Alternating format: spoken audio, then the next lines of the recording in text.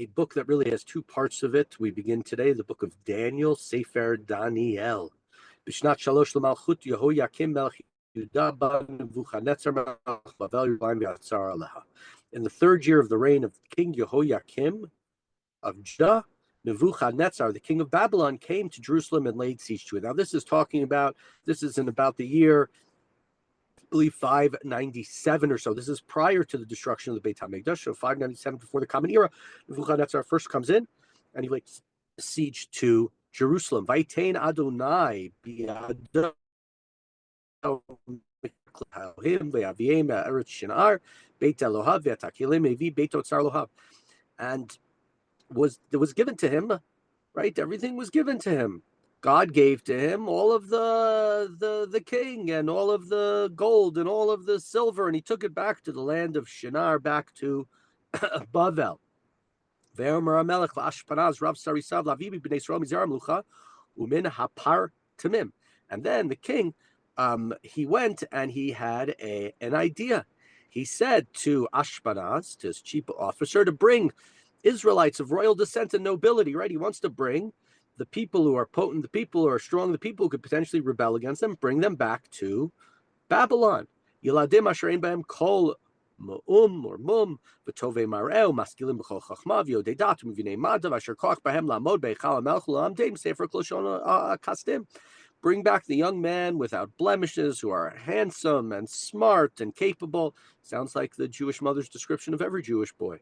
And they can serve in the royal palace, and we'll teach them the writing and the language of Chaldeans. We will assimilate the upper classes into our society. And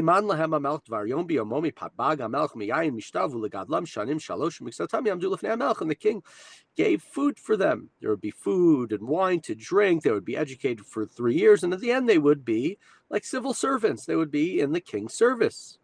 So this is an idea. The Jews who are coming back in 597, the Beit HaMikdash is still there, but the Jews of royal descent, the Jews who are important, the Jews are part of the aristocracy, many of them are being taken already to Babylon before that. And now the assimilation begins, assimilating them into culture, specifically these young men, and then they will be civil servants. They will be part of the king. They won't be Jews, Yehudim. They won't be Israelites anymore. They'll just be like every other Babylonian citizen. Now, amongst those boys, we're told in verse 6, we're told the name of 4 of them. Daniel, who this book is named after, along with Hananiah, Mishael, and Azariah. Vayasam lahem Sarah Sarisim Shemot vayasem Daniel Belchasar ulechanya Shadrach ulemishael Meshach uleazariah Aved Nego. And they're given different names. Daniel is called Belteshazzar, which later on we'll have a king in this book called Belshazzar, very similar name. Hananiah is given the name Shadrach, Mishael Meshach, and Azariah Aved Nego. The other name, and Hananiah, the other Meshach or Mishael, Azariah also starts with an aleph, Aved Nego. And this, there are many similarities between the book of Daniel and the story of Yosef. And here we see Yosef was given a name by Paro in part of his assimilating him into Egyptian society process. And here we see the same thing with Daniel. But even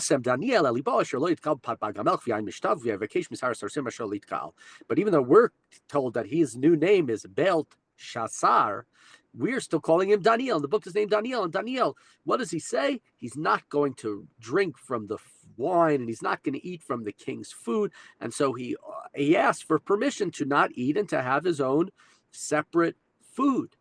He's not going to become defiled in that way. And God sort of allowed this officer in charge to be compassionate towards Daniel. But the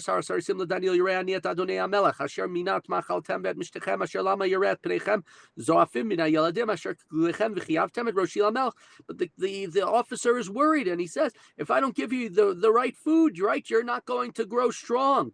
And that's going to put my life in jeopardy with the king. The king is going to take my head. Again, sounding like Rosh, right? Isn't that what was done with Paro's officers? With the Saramashkim, the Sarofim, Vayomer LaDaniel, El HaMeltzar. Daniel replied to the guard, Meltzar in modern Hebrew, the waiter, Asher Mina, Sarah Sarisim, Al Daniel, Hanan, Mishael, Vazariah. Daniel said to him, Nasnat Avadechi Amim Asara. He said, please, just for 10 days, let us eat legumes. Let us drink water, right? Don't give us the meat. We don't want the pork sandwich. We don't want the ham. We don't want those things. Just let us have these other things. Let us eat a vegetarian diet. Now, this is the one place in the Tanakh, out of 929 chapters, this is the only place where there's a challenge about kashrut. The Jews, for the most part, are in Israel. What are they eating? Everybody's keeping kosher, right? They're in Israel. This is the one place. This is a book about the diaspora. This is a book about attempts of assimilation. This is forced assimilation. This is not somebody who wants to assimilate. And so here we see the only place, as far as I know, in the entire Tanakh, there's a reference, a place where within the, the eating of idolatry, maybe people, there's non-kosher food that's there, but that's really part of this idolatrous process. This is the only place where we have a Jew that are 4 Jews in this case who are tested with eating non-kosher food. So he says, give us 10 days. Let us have some beans, not pork and beans. Let's have some beans. Let us have some nuts, and let's see if we can get all our protein and remain as strong. And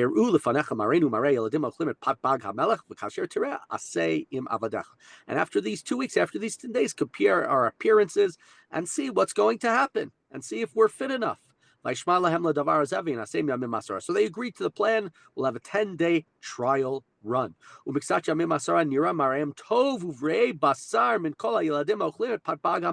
10 days, what happens? The vegetarian diet. Don't tell those who need to consume 300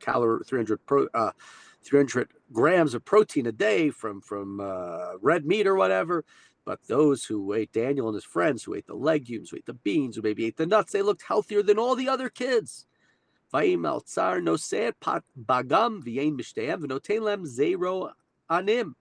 so the guard kept feeding them their food and the wine they were supposed to drink and gave them legumes. So Daniel and his friends managed to stay out of eating tarfus, drinking non-kosher wine. Maybe it was even wine that was used within an idolatrous practice. They remain kosher, and it keeps them stronger. And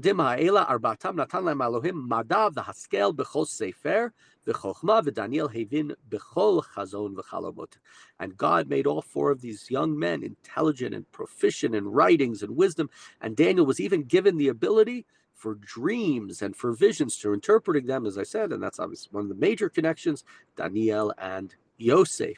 When the time had come for their presentation, they came in front of Nebuchadnezzar. We're in verse 19, pasuk 9, Yutet.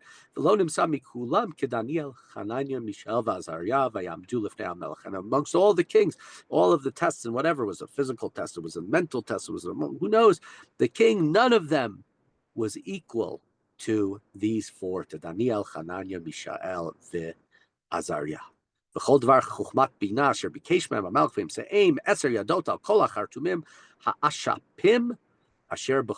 Whenever the king put a question to them, requiring them to know things, they knew it better than anybody else around. They knew it better than the exorcists, better than all the Chartumim.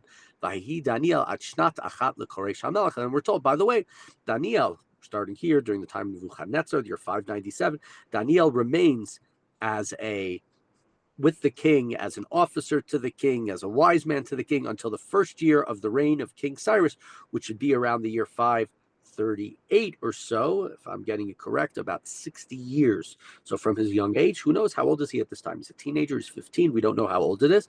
But here we have a chapter, and this is a chapter very, very relevant. It's a chapter for us, and it's relevant because it's a challenge of the diaspora. It's the challenge of being a minority in a majority culture. It's the challenge of assimilation. And Daniel and his friends remain strong. And what this book is telling us, and telling the people who have been assimilated, who are now in Bavel, who are not in Eretz Yisrael, and those of us who are living in the United States, and those who lived in whatever countries it was, what this book is saying is, if you remain with your commitments to God, to the Jewish people, you will remain strong. And in this book, Daniel is given extra genius as a result of remaining to these commitments. We'll see they are going to be tested over and over again. And over again, Daniel is going to show that he can stand up to these tests.